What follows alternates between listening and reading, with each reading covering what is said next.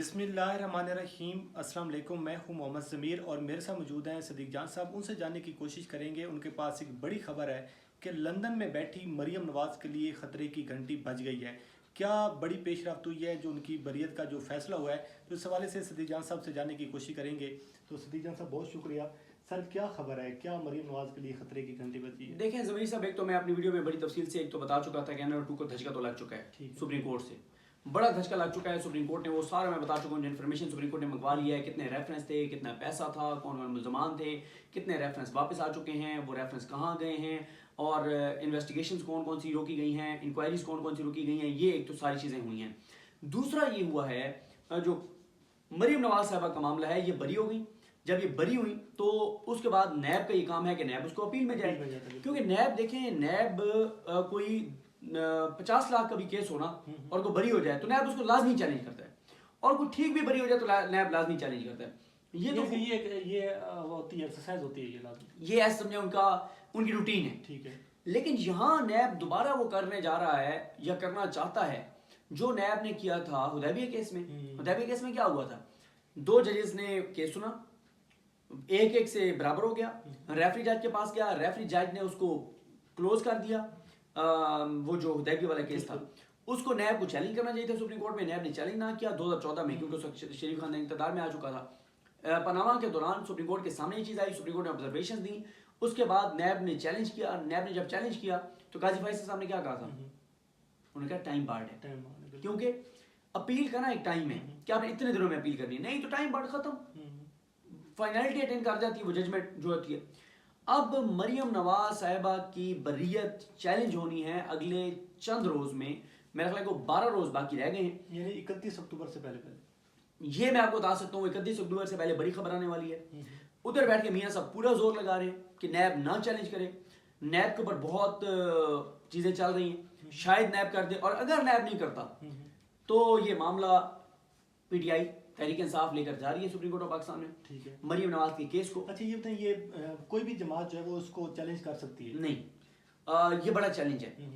इनका local stand आया नहीं है, PTI का हक के दावा नहीं है, ये मुतासरा फरीक नहीं है, ये कैसे लेके जा सकते हैं, ये प्रोसिक्यूशन तो नहीं है ना, सही बात, नैब तो नहीं है, लेकर नहीं जा रहा, तो जब ये जाएंगे तो हाँ, लेकिन ये ग्राउंड्स बना सकते हैं। और PTI जो है, ये भी आपको बता देता हूँ कि उस केस में एप्लीकेशन डालने लगी है, जो केस सुप्रीम कोर्ट ने ऑलरेडी सोमोटो लिया हुआ है। वो सोमोटो क्या है, सुप्रीम कोर्ट ने एक सोमोटो लिया था कि मीडिया ये रिपोर्ट कर रहा है कि नई हुकूमत ने आके और प्रोसिक्यूटर चेंज कर रही है, कवरीन चेंज कर रही है, ECL से नाम निकाल रही है, और अपने आप को और अपने ख़ानदान को, अपनी जमात को, अपने लोगों को फ़ायदा देने के लिए ऐसे कवानीन बना रही है जो आइन से मुतसादिम है।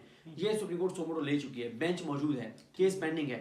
उसमें PTI ये सोच रही है कि हम ये दरख्वास्त लेकर दें, और जब हम दरख्वास्त लेकर दें तो हम इसको वो करें, जब इसको हम लेकर जाएं तो उसमें सुप्रीम कोर्ट एंटरटेन कर सकती है, उसमें सुप्रीम कोर्ट नोटिस भी कर सकती है। एक ये केस और एक FIA का जो केस है जिसमें हमजा शहबाज और शहबाज बरी हुए, उसको भी तहरीक इंसाफ लेकर जाने का प्लान कर रही है। ये बड़ी पेशरफ्त होगी, ये बड़ी डेवलपमेंट होगी मरियम नवाज साहिबा के लिए। मुश्किलात मुझे तो वाज़ेह तौर पर नजर आ रही है, क्योंकि ये मैं आपको बता दूं, अगर सुप्रीम कोर्ट में ये मामला ले जाती है तहरीक इंसाफ, सुप्रीम कोर्ट ये बोझ नहीं उठाएगी। नहीं, लेकिन ये देखें कि सुप्रीम में बात वहां पर जाकर नैब नहीं देती है, सुप्रीम कोर्ट ये बोझ नहीं उठाएगी कि सुप्रीम कोर्ट भी कहे कि जी नैब नहीं आई तो हम क्यों इसको खोलें, जाएं शाबाश। ऐसे नहीं हो सकता। सुप्रीम कोर्ट पाकिस्तान के आइन की मुहाफिज है, इंसानी बुनियादी हकूक की मुहाफिज है। सुप्रीम कोर्ट ये नहीं कह सकती इस तरह, तो फिर कल को फिर तो आइडियल सिचुएशन है कि अभी ये जो हुकूमत चल रही है ये 200 अरब की करप्शन करे, ठीक है, और उसके बाद कवरीन ऐसे उन्होंने बना दिए कि आइंदा इनके ऊपर केसेस भी नहीं बन सकते, तो मुल्क तो बर्बाद हो गया ना, मुल्क तो तबाह हो गया, मुल्क तो बनाना रिपब्लिक बन गया, मुल्क में क्या बच जाएगा पीछे।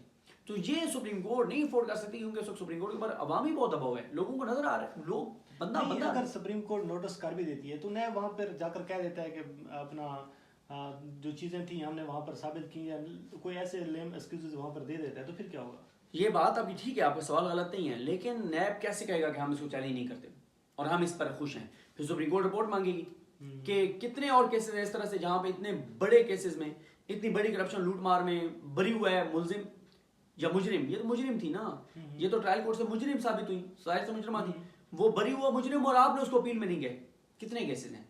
सुप्रीम कोर्ट ये रिकॉर्ड मांग सकती है, वो इनको रिकॉर्ड देना होगा। तो मुश्किलात इनके लिए बहुत हैं, शरीफ खानदान के लिए। ये तेजी से सारी चीज़ें करने का क्या मकसद था कि इस्हाक डार वापस आ रहा है, उधर से शहबाज शरीफ, हमजा शहबाज शरीफ, लाहौर के केसेस, इस्लामाबाद के केसेस, तो जल्दी जल्दी इन्होंने एक समेटने की कोशिश की है। इन्होंने नहीं समेटने की कोशिश की। मेरा पॉइंट ऑफ व्यू बहुत मुख्तलिफ है, शायद बहुत लोग इख्तलाफ करें। मेरा ख्याल है कि ये सारी इसलिए कराया गया है इस्टेब्लिशमेंट की तरफ से, मरीम नवाज़ की बरीयत हो, मरीम नवाज़ की पासपोर्ट की वापसी हो, उनको लंदन रवाना करना हो, हमजा शहबाज को बरी करवाना हो, शहबाज को बरी करवाना हो, जो सारी चीज़ें इनकी करवाई इस्टेब्लिशमेंट ने, वो इसलिए करवाई कि ताकि ये इलेक्शन में चले जाएं किसी तरह से। ठीक है, लेकिन ये अभी तक कह रहे हैं कि जब तक दो चीज़ों में से एक चीज़ नहीं होगी, या इमरान खान नायल हो या नवाज शरीफ वापस आए, ये कहते हैं लेवल प्लेइंग फील्ड ये है हमारे लिए, तब तक ये कहते हैं हम इलेक्शन नहीं जाएंगे। एस्टेब्लिशमेंट को धमकियां लगा रहे हैं, कहते हैं हम बाइकआउट कर देंगे, कहते हैं हम नहीं जाएंगे इलेक्शन। ठीक है, हम तो एस्टेब्लिशमेंट भी फंस बहुत बुरी तरह गई है, ये नहीं है कि वो नहीं फंसे, वो बहुत बुरी तरह फंस गए हैं, लेकिन इनके लिए चीज़ें बहुत ख़राब हो रही हैं। क्योंकि ये बार बार ये भी धमकी दे रहे हैं ना कि अगर आपने ये सब कुछ करना है, इमरान खान को आपने नायल भी नहीं करना, तो फिर ये है कि अकेले इमरान खान को कहीं जाके इलेक्शन लड़े, हम तो इलेक्शन नहीं लड़ेंगे। तो ये मुमकिन है कि तमाम सियासी जमातें बाइकआउट कर दें? देखिए, ये बाइकआउट कर सकते हैं। मेरे बहुत से दोस्त कहते हैं कि नहीं, ये बाइकआउट नहीं करेंगे तमाम जमातें, लेकिन ये करेंगे। क्यों करेंगे यार? जब इनको नजर आ रहा होगा कि हम 13 जमातें मिलकर भी इमरान खान को नहीं हरा सके, और ये तो ज़िमनी इंतखाबात थे ज़मीर भाई, ये जब आम इंतखाबात होंगे ना तो वो तो माहौल ही कुछ और होगा, अभी तो मोमेंटम ही कोई नहीं था। नहीं तो फिर सदीक भी क्या बनेगा अगर ये जो सिचुएशन इस वक्त बनी हुई है, जो पॉलिटिकल एक क्राइसिस है, ये अब एक क्राइसिस से निकल कर दूसरे क्राइसिस में हम जा रहे हैं, दूसरे से तीसरे में, जब ये अगर हम फर्ज कर लेते हैं कि आगे चलकर ये बाइकआउट कर देते हैं, तो फिर क्या मंजरनामा होगा? देखें मेरे अजीज हम देखें, इस वक्त ये आपने गलत नहीं कहा, ख्वाजा साद रफीक ने ट्वीट किया हुआ है कि इमरान खान 9-10 माह इंतज़ार कर लो, वरना 11 साल इंतज़ार करना पड़ सकता है। तो कह रहे हैं कि मार्शल लॉ लग सकता है, इमरजेंसी नाफिज हो सकती है, और नून लीग इस वक्त अंदर से दिल से इतनी दुआएं कर रही होगी, गिड़गिड़ा कर, अल्लाह करे मार्शल लॉ लग जाए। क्योंकि देखें, इतना रिलीफ इनको जनरल ज़ियाउल हक के दौर में नहीं मिला, ये तो सही जो इस दौर में मिला है। और इस वक्त तो नून लीग के तो बारे न्यारे हो जाएंगे अगर मार्शल लॉ लग जाता है, क्योंकि नून लीग ना हुकूमत में रहना चाहती है, ना इलेक्शन में जाना चाहती है, और जब ये ना हुकूमत में रहना चाहते हैं ना इलेक्शन में जाना चाहते हैं, तो इनको सूली ही करते हैं। तो फिर इसका मतलब ये है कि ये वो वजह है कि इमरान खान सेफली प्ले कर रहे हैं, कि वो अब ये भी कह रहे हैं, असद उमर की भी ट्वीट आई हुई थी, फवाद चौधरी की भी मैं देख रहा था, भाई अब अगर हम आप मार्च या अप्रैल का भी टाइम दे सकते हैं, दे दें इलेक्शन का, तो फिर भी हम बातचीत करने को तैयार हैं। वो इमरान खान जो कह रहा था कि मैं अक्टूबर नवंबर से आगे नहीं जाऊँगा, मुझे मार्च में इलेक्शन कबूल नहीं है, तो इसका मतलब ये है कि ये चीज़ें हैं जो सेफली भाई मैंने कितनी पिछली वीडियोस में कहा है कि इमरान खान को ज़बान दे दी गई है मार्च की। आप तो कर रहे हैं वाकई इस वाले से। मैं कितने दिनों से कह रहा हूँ कि इमरान खान को मार्च की ज़बान दे दी गई हुई है कि रुखसती कर देंगे, वो कहता नहीं जल्दी। लेकिन शेख रशीद ये भी तो कहते हैं ना कि इमरान खान की वालदा कहती थी ये बड़े सादा हैं, जल्दी दोबारा कर लें। अच्छा, ये मैंने नहीं सुना, लेकिन वो इतने भी सादा नहीं है जितना सादा उनको समझा जाता है, ये मैं आपको बता दूँ। नहीं तो आपको लग रहा है कि यानी कि ये जो एनआरओ वाला चक्कर है, सुप्रीम कोर्ट में केसेस हैं, ये गेम रिवर्स हो सकती है, यानी कि आपके असेसमेंट क्या है? मैं नैब के बड़े केसेस को मैं रिवर्स होता हुआ देख रहा हूँ, नैब के मेगा करप्शन स्कैंडल्स को मैं रिवर्स होता हुआ देख रहा हूँ, वो खुलेंगे। और मैं आपको एक और बात केस खुल जाते हैं सदीक भाई, तो फिर क्या होगा? खुल जाते हैं तो वही होगा जिस डर से इन्होंने ये रिजीम चेंज किया है, सर्विसेज प्रोवाइड किए। वो क्या है, खुर्रम दस्तगीर ने क्या कहा था कि अगर हम इमरान खान को ना हटाते तो हमारे करप्शन केसेस के फैसले हो जाते और हम जेलों में होते, तो वही होगा। तो ये पाकिस्तान के लिए आप समझ रहे हैं कि एक फैसला कौन मूवमेंट है ये, यानी कि आर होगा या पार होगा, ये फैसले हो जाने इसमें। 19 अक्टूबर है, 1 महीने से भी कम रह गए, सारे फैसले हो जाएंगे, सब फैसले, ये मैं आपको बता दूं।